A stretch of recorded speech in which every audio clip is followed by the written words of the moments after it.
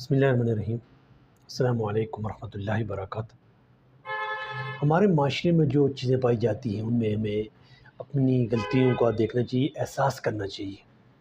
جب ہم کسی کی لڑکی اپنے گھر لے کے آتے ہیں، بہو بناتے ہیں، کسی کی بیوی ہوتی ہے تو کتنی مشکل سے گزر کے آتی ہے۔ ہمیں یہ دیکھنا چاہیے کہ اس کے احساسات، اس کے جذبات اور کتنے وہ اپنے پیاروں کو چھوڑ کے آئی ہے،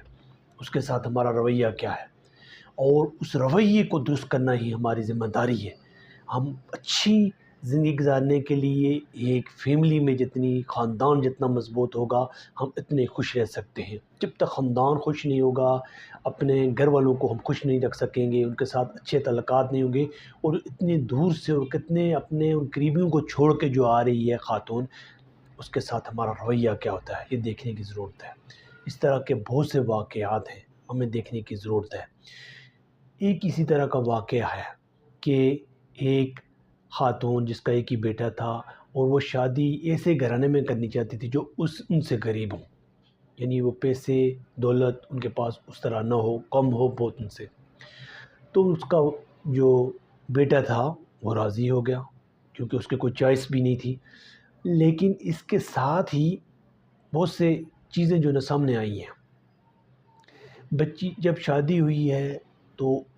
اسی دن اس نے اس کو دیکھا ہے، اور بہت اچھی تھی، نیک سیرت تھی، اچھی طبیعت کی مالک تھی، اور بہت، لیکن جو اس کی والدہ تھیں وہ سخت مزاج تھیں، اور جو ہے اپنے رویے کو سختی کی طرف لے کے گئی تھی، چیزوں کو جو ہے بہت طریقے سے ہینڈل کرتی تھی۔ تو وہ خاتون جب آئی ہے ان کے گھر، بچی کسی کی، تو انہوں نے اس طریقے سے ہینڈل کیا کہ جب کچھ عرصہ گزرا تو اس نے کہا کہ یہ بچہ نہیں ہوا، اولاد نہیں ہوئی، مجھے بچہ چاہیے۔ جبکہ ہمیں سمجھنا چاہیے کہ بچہ اور بچی اللہ کے اختیار میں ہے، کسی کے اختیار میں ہے، نہ عورت کے اختیار میں ہے، نہ مرد کے اختیار میں ہے۔ بعد میں علاج کرواتے رہیں اور حکیموں کے پاس جاتے رہے اور وہ دعائیں کھاتی رہیں، لیکن بعد میں حکیم نے کہا کہ یہ تم میں ڈیفیکٹ ہے۔ اس کے بیٹے کو کہا، پہلے تو اس کی خاتون کو کہا کہ یہ، اس کی ماں کہتی تھی کہ یہ بھانج ہے، یہ بچے پیدا نہیں کر سکتی،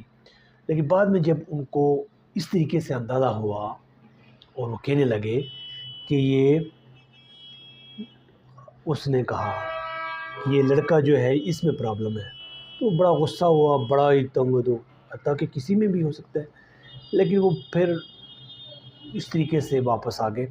اور اس کے بعد پھر کہیں وہ انہوں نے کو پتہ چلا کہ عامل بابا ہے، اور وہاں پہ وہ علاج کرائیں گے، وہاں پہ جائیں گے۔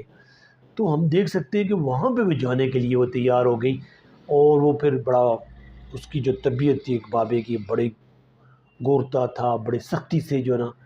ان کی طرف دیکھتا تھا۔ باقی لوگوں کو 3-4 منٹ میں ان کا نمبر آیا تو ان کو بڑے، خاتون کو یہ کہنے لگا پہلے ان کے بیٹے کو کہا کہ آپ کو تعویذ دیں گے، یہ کریں گے، آپ ان کو جلائیں گے، اور جبکہ اس کے تعلق ہی نہیں ہے، بیٹا بیٹی کا تعلق اس سے نہیں ہے، لیکن ہمارے معاشرے میں یہ ہے۔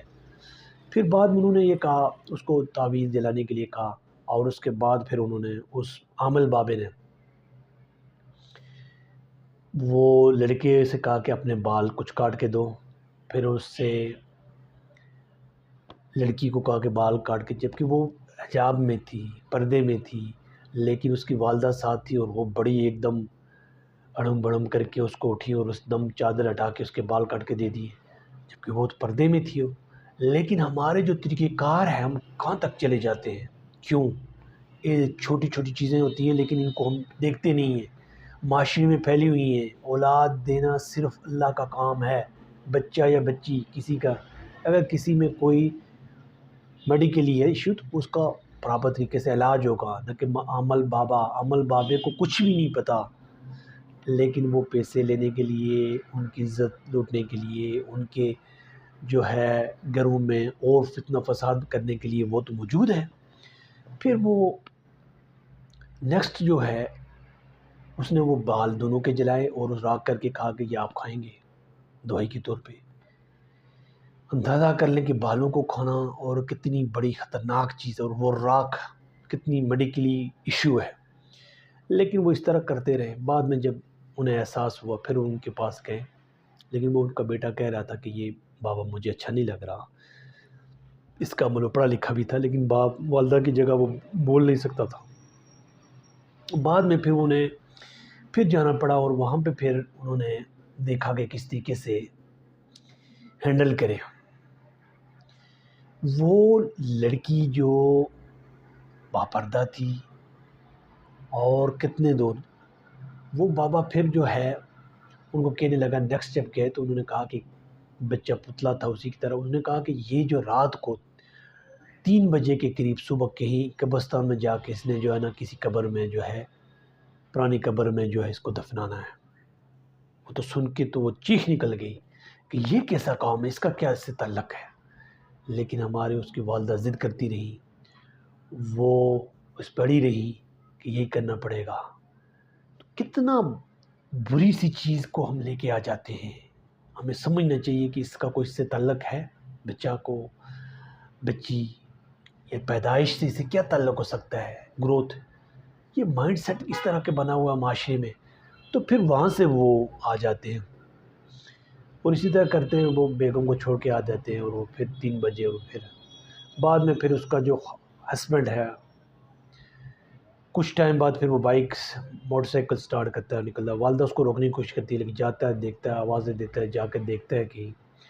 اس کی جو ہے بیگم وہ بے ہوش پڑی رہتی ہے۔ وہاں سے اٹھاتا ہے ہاسپٹل اور اس کو کہا جاتا ہے کہ بلڈ پریشر لو ہو گیا ہے خوف کی وجہ سے،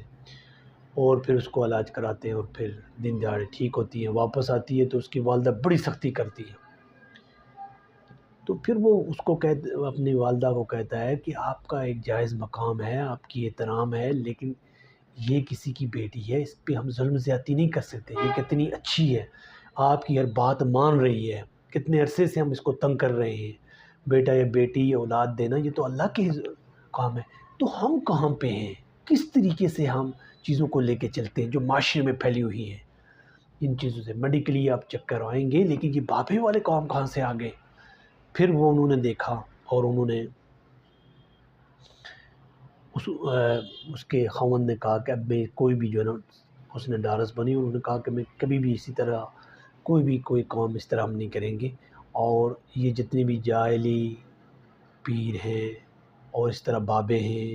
عامل ہیں، اور ایک دن میں کام کرنے والے اور 1 مہینے میں، اور راکھ ہو تعویذ، ان چیزوں پہ ہم بالکل اس پہ کوئی کام نہیں کریں گے۔ اور اس کے بعد پھر وہ والدہ اس کی ناراض ہو گئی، انہوں نے کہا کچھ دنوں بعد وہ ٹھیک ہو گئی، انہوں نے کہا کہ ہم اچھی طرح رہیں گے، ہمیں اولاد اللہ نے دی تو ٹھیک ہے ورنہ ہم اسی طرح رہیں گے۔ تو پھر اس کی والدہ بھی خاموش ہو گئی۔ کچھ عرصے بعد جب اس کو تکلیف ہوتی ہے تو چیک کراتے ہیں ڈاکٹر کے پاس، تو ان کو پتہ چلتا ہے کہ وہ حاملہ ہے، اللہ تعالیٰ نے ان کو، اور اس کے بعد پھر ان کے ہاں بچے پیدا ہوتے ہیں، پھر بچہ بھی بچی، تو وہ خوشحالی سے رہنے شروع ہو جاتے ہیں۔ کہنے کا مطلب یہ ہے کہ ہم کیوں ایسے طریقے پہ جاتے ہیں، کیوں ایسے بابوں کے پاس اپنے خاندان کی دوائی کرتے ہیں، علاج نہیں کرتے، پراپر علاج کرائیں اور پراپر طریقے سے رہیں۔ ڈاکٹری علاج ہے، میڈیکلی علاج ہے، لیکن ہمارا مائنڈ سیٹ وہی پرانا ہے، اور ان بابوں اور ان جھوٹے فراڈی لوگوں کے ساتھ ہم انگیج ہو جاتے ہیں اور گھر تباہ کر دیتے ہیں اور عزتیں چلی جاتی ہیں۔ تو ہمیں دیکھنا چاہیے کہ ہم کس طریقے سے اپنے گھر کو بچا سکتے ہیں اور کام کر سکتے ہیں، اور اس طرح کے جتنے بھی واقعات ہیں حقائق کی بنیاد پہ ہم ان چیزوں سے بچ سکتے ہیں۔ اور کہیں بھی کسی بھی مزار پہ جا کے آپ کوئی بتی جلاتے ہیں، نمک کھاتے ہیں اور آپ کو کوئی فائدہ ملے گا، کہیں فائدہ نہیں ملنے والا۔ فائدہ دینے والی ذات صرف ایک اللہ کی ہے، ایک اللہ کی ہے۔ اس کے در پہ دربار میں جائیں، بار بار دعائیں کریں، اس نے بچے دینے ہیں، بچیاں دینے ہیں، جو کچھ بھی دے گا وہ ذات دے گی۔ لیکن جتنی بھی چیزیں ہم اس طریقے سے اپنی زندگی پہ لے کے آتے ہیں اور کام کرتے ہیں کہ ہم کوشش کرتے ہیں کہ کس طریقے سے ان چیزوں کو ہم اوور کم کر سکتے ہیں، نکال سکتے ہیں، تو بہتری اسی میں ہے، اور کام کریں، گنجائش موجود ہے، اور زندگی کو بہتر کرنے کے لیے ہمارے پاس جو وقت ہے اس کا صحیح استعمال کریں، اور اس طرح کے جتنے بھی واقعات ہیں ان کو کنڈیم کریں، ان کو معاشرے سے نکالیں، اور اپنی زندگی، اعلیٰ زندگی کو بہتر کرنے کے لیے ایک دوسرے پہ اعتماد کریں، اور خوبصورت زندگی گزارنے کے لیے صبح و شام کی جو